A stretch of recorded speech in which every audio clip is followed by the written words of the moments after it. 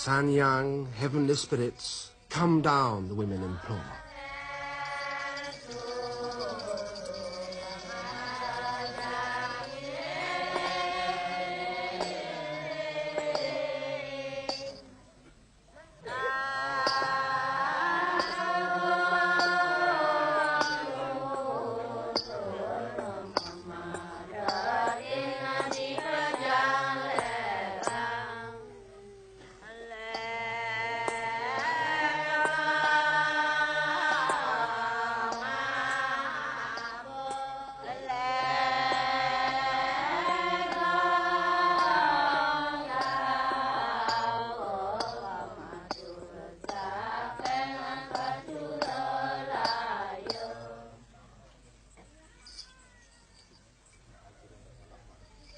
Now the girls are in trance. Now the Sanghyang, the spirits, are inhabiting their bodies. Their eyes will remain closed until the trance is over. They see no one, they speak to no one, except when, on a rare occasion, they may communicate secretly to each other in a whisper.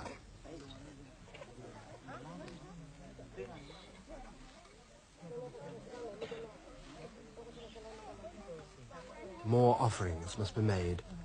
The villagers now address the children as Ratu, your highness, as befits a goddess. The children themselves are acquiring new characters. They may well become petulant and arrogant and quite unlike their normal selves.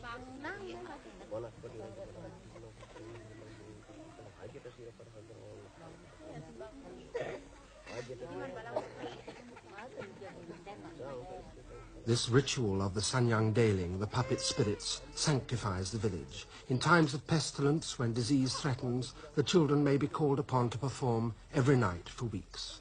They must be children, for the heavenly spirits wish to inhabit pure bodies, uncorrupted by adolescence. And they must dance like puppets, impassively and in unison, for they're portraying the puppets of the gods. And so the very characteristics that seem so meaningless and mystifying in the Legong here seem perfectly logical.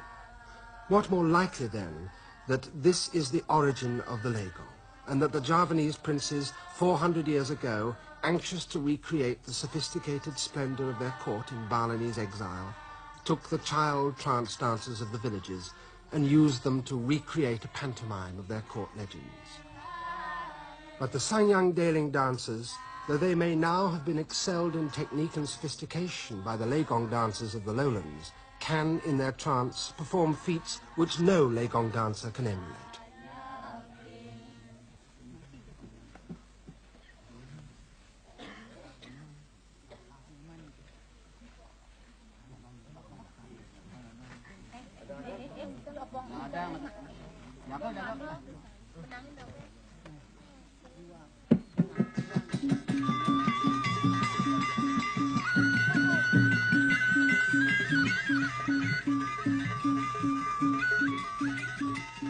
With no support from the hands of the men, and with their eyes still firmly shut, they continue to dance.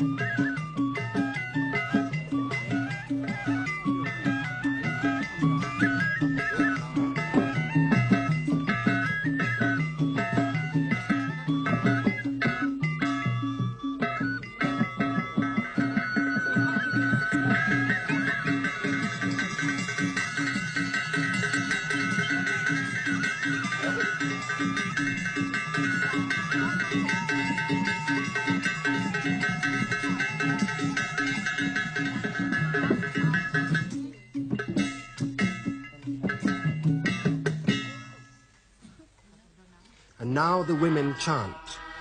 They quickly come the nymphs, they sing. Two together they dance, like lilies with pollen in the center, blown by the wind and swaying. The water lilies seeks the sandut flower, they fall, and as they fall, the heavenly nymphs bend over backwards.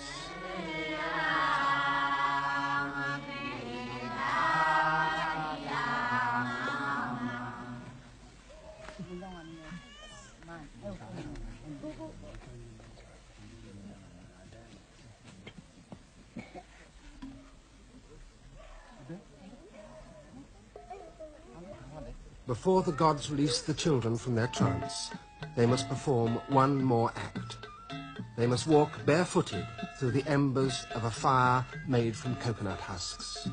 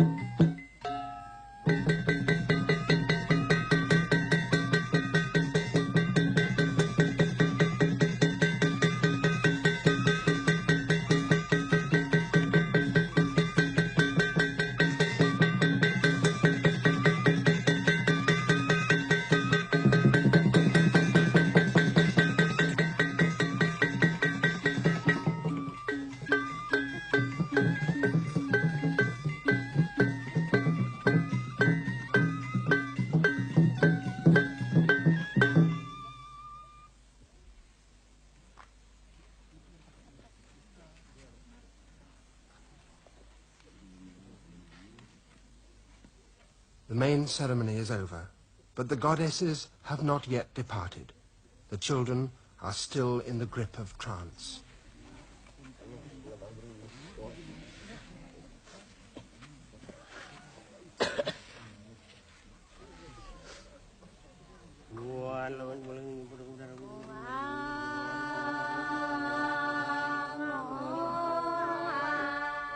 Once more the priest must pray, this time to bring the girls out of their trance.